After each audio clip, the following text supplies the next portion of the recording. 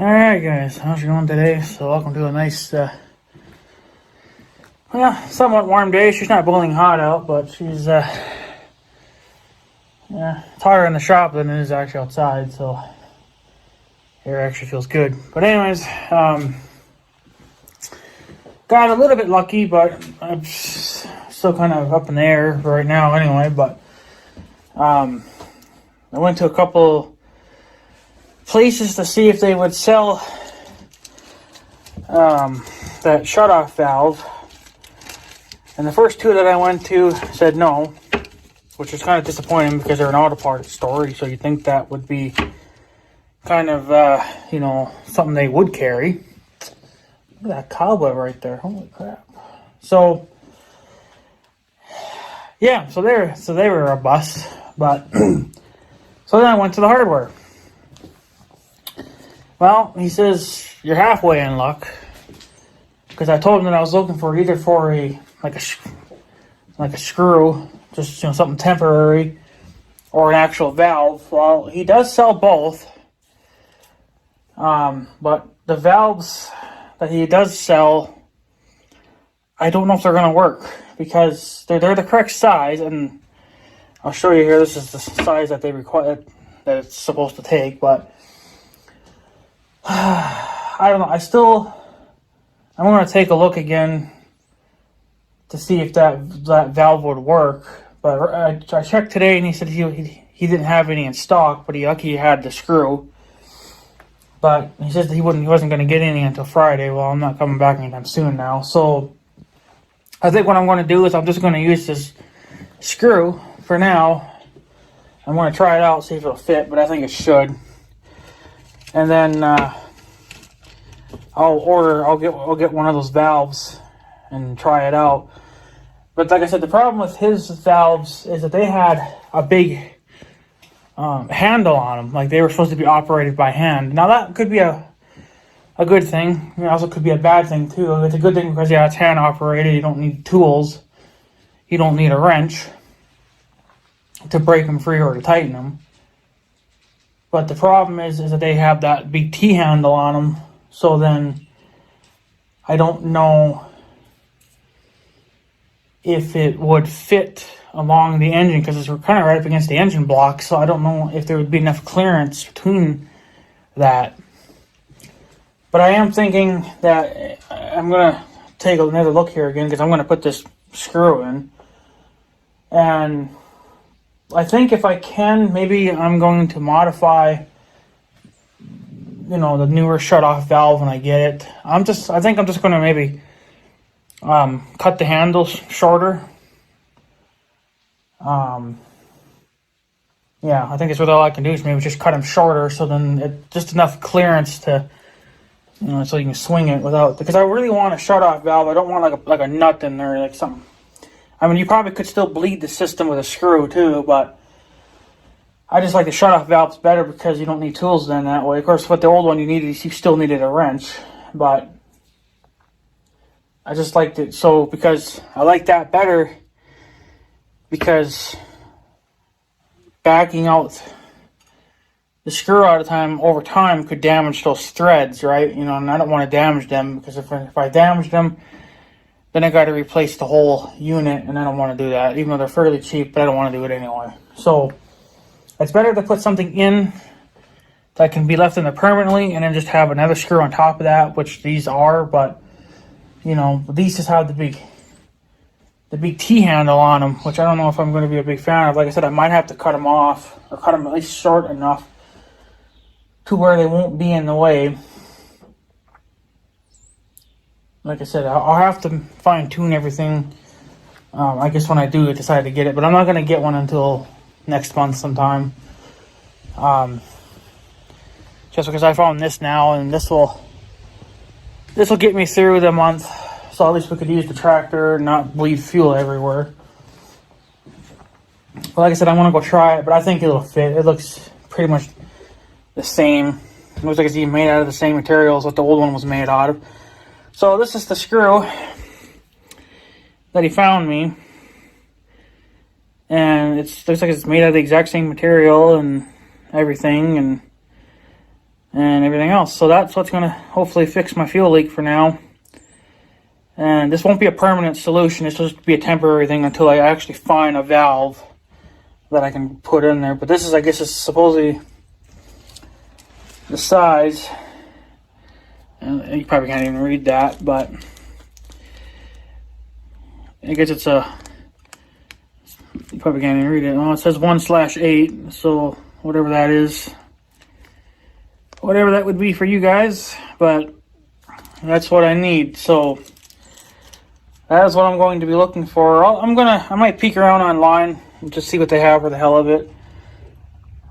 But yeah, the hardware does sell them, but they're not like the original old one that I have. They don't have this like the screw-on type like that. They actually just have a T-handle on them instead. So it's a win and it's a lose. It's a win because then you can just use your hands to tighten and loosen it. But then I don't know, those T-handles might be too long, so that I might not get the clearance that I need to even use it. So, but I'm going to take a second look, and then if I think I can get away with it, maybe just modify it, just cut the handle shorter, then that's what I'm going to do. I'll just go that route. But he doesn't have any in stock, but he had this plug in stock, so we're going to run with that for now. And then, yeah, then come next month or something, I will I will get a valve, I guess, from him. Like I said, he has them, but they're not like the original one, obviously. These are hand operated, which is a plus, because I don't have to carry a wrench with me all the time. But then, what if the T-handles are too long and it's not going to fit? So then you'd have to cut the handles shorter. Which still wouldn't be a terrible thing, because, you can still, if you had to, you could probably still put, locking pliers or something on it just to help loosen it. Once you get them loose, then you're good, but it's just getting them snug might be a little bit difficult if you have to, use pliers all the time or something, but I don't know. But yeah, so I did that. I'm going to go put that in right now and see if it works. And then I'm still going to bring some Teflon tape with, just in case it doesn't seal up tight enough. It should, I don't know. I'm not going to go blistering tight with it because I don't want to strip the threads out. So I'm just going to go fairly snug, and then if I see it dripping fuel, then I'll have to tighten it up a little bit more. But I'm not going to go crazy nuts with it because I don't want to wreck those threads. And then I have to buy a whole new thing anyway. I'm trying to save myself some headache. So, but other than that, that's pretty much it. I did find a temporary fix anyway for this. Like I said, it'll just have to do, if I have to bleed the system, I think you can still bleed it through the screw. You're just going to have to loosen it, obviously. And then prime it and then push fuel up. That's all I can do if I need to reprime the system again. I imagine it has lost prime. This has been sitting like that for a good day or two now. So, but I have my little wrench with me. Takes a 7/16 to drive it in and take it out, so I'm going to bring that with me, and if I need to bleed the system out, then I'll have my wrench with me, because I don't really want to put pliers on it unless I absolutely have to. Pliers are, I'm demanding you to come out now kind of thing, like, so I don't want to wreck it. I don't want to wreck it until I get an actual shut-off valve, and like I said, they have one. The hardware has them, but they're not quite the right ones, and they're not right just because of the T-handles. Other than that, I think they're pretty good. Then I'll just roll with it. Doesn't have to be 100% like the original, just as long as it fits and it works and does what I want it to do. Doesn't give me any trouble. I'm gonna roll with it. So, because I'm getting sick and tired of putting money into this freaking tractor. It's like the way I figured it. Because this is the second year in a row now that this tractor's broken down on me. It's always happened in June. So I think what I'm going to do is I'm going to plan ahead for going into the future. Because it seems like this thing breaks down in June every year. Because it broke down last year too. Because I had the hose blow out on the seat. Luckily I was able to, find one. with some help from a business that's no longer in business. That's just bullshit. They should have stayed open, but they didn't want to anymore. So don't have them anymore. So yeah.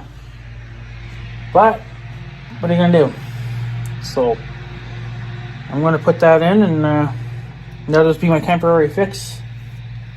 Like I mean, it could become a permanent fix too, but I just don't like that, because over time you could damage the threads in that from constantly going in and out all the time. Of course, how often are you messing with your filters? But I don't know. We might have a repeat of last year too, where my tractor doesn't start, it gets water in the seal. But I've been trying to drain the filters out, kind of throughout the summer. So I don't know. There shouldn't be any water in the field now, but you never fucking know. So, but you got to be able to bleed the system if you take the filters off to drain them. So, but at least we found something. It looks like it'll fit. It looks like it's the exact same thing. It's just it's just like a bolt instead of an actual shutoff valve. So, but it's a good temporary fix. If it fits, I'm sure it'll fit. So screw the bastard in and get it snug, and then I'll see if I can start the tractor. I don't know. I imagine it lost prime. I don't know, but if it lost prime, then I'll have to reprime it, and then yeah. The main thing is just to stop the fuel leak. So, and then if it leaks, if it fixes the problem, then I guess my tractor's going to have to get a bath, because it's all covered in fucking oil and fuel and gunk and junk, and bees are trying to move in on it because it's been sitting for so long. I mean, yeah, I drove it the other day, but that's just the thing. They kind of, if they see that thing sitting there for weeks on end, they probably think it's never going to move, and then you got bees moving in. That's the last thing I need moving into that tractor is freaking bees. But I have it hooked up to the cultivator because that's what I'm using it mostly on right now. But depending on how haying season going, I don't know if I'll be raking hay or not. But if not, I might just stay hooked up to the cultivator all summer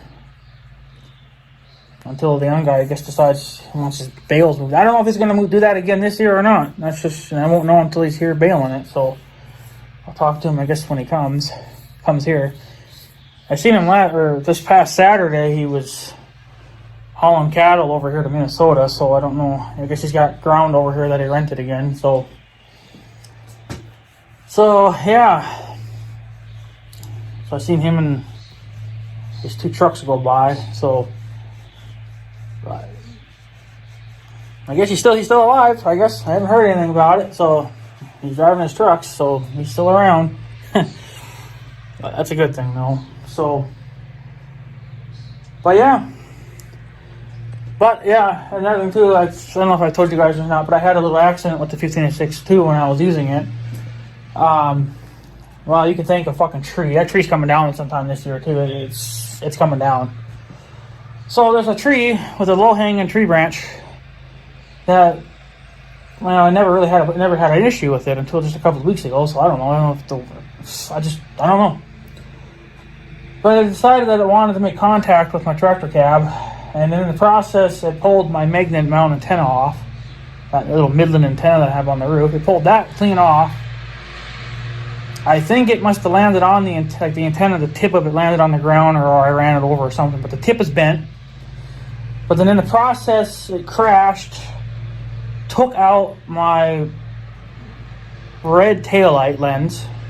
Now, that was cracked already to begin with, but I had just kind of put it back on there. But now it's even more fucking cracked. So I need to replace that. I want to replace those taillights anyway because they're old and they're just outdated and wore out. So I wanted to update them to LEDs. They're a little more money, but they're worth it in the end, especially if you want a decent looking tractor, which is what I'm trying to go for. I don't want a showroom tractor. I just want a decent tractor. So since I know I have to replace that lens, I'm going to take my work light out, and I think that black rubber or fiberglass light holding housing, whatever the fuck that thing's called, I want to try to take that out without breaking the screws off, because I know they're all rusted on as shit too. And I'm gonna paint them that black. That's why I got an extra can of this, because that's what that was for. This one's empty, but I got one more here. So that's for them. But I think I'm gonna order that taillight first. Then just replace that one that's all dick. The other one's okay. I think that one's been replaced at some point in life, because the lens on it is actually a lot like shinier. So I know that's newer, whereas I think the old one that's broken, I think that's still original to the tractor. So I think I'm just gonna replace that one and then paint it. And I'll just replace that taillight with an LED, and then I'll replace the other one, I guess, whenever I feel like it. So I feel like if I take on too many projects, then I start running into issues. So I guess just one thing at a time. But yeah, my antenna's a little bit dickered now. I don't know if it would still transmit fine once you do get a radio hooked up to it. The antenna's kind of turning junk anyway. It's only been on there for what, a couple of years? I mean, the antenna's not even shiny black like it was when I put it up there. It's all like faded and shit now, so I don't know, I'm just gonna leave it up there for now. But then there's a little rubber boot that goes around all that too. It's around the magnet, so obviously when you stick it to your roof or something, you know, you're not scratching the paint. That come off after it took a 15-foot tumble. I don't know, however tall that tractor is. That's how far it landed. So that's how far it went before it hit the ground. So it's all, I don't know. Probably should just replace the antenna, but I mean, it's probably just going to happen again anyway. But I'm going to take that fucking tree out, because that's the one tree that's causing me issues. So I'm just going to take that sucker out. But the branch is so high up there, obviously I can't just cut the branch down, so the whole tree's going to have to come with it. Luckily the tree's not that big, you know, so I can kind of just throw the tree around when I'm fucking it up. So I can just kind of, you know, cut it into big chunks and throw it off into the corner and it'll be fine. So yeah, I got my work cut out from me again this year, but it's never ending, I guess, when you live on a farm, but whatever.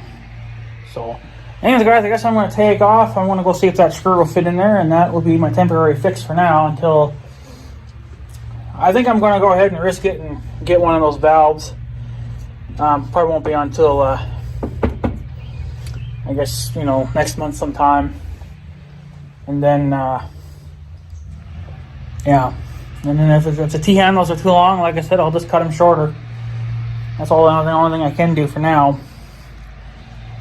And then yeah, because like I said, I would like to have a shut-off valve on there. It's just, or a bleeder valve, just because it's more convenient that way. So, but yeah, for now this is just a temporary fix. So anyways, guys, I guess I'm going to take off. So I guess have a good day and stuff. So yeah, thanks for watching, guys. Take her easy.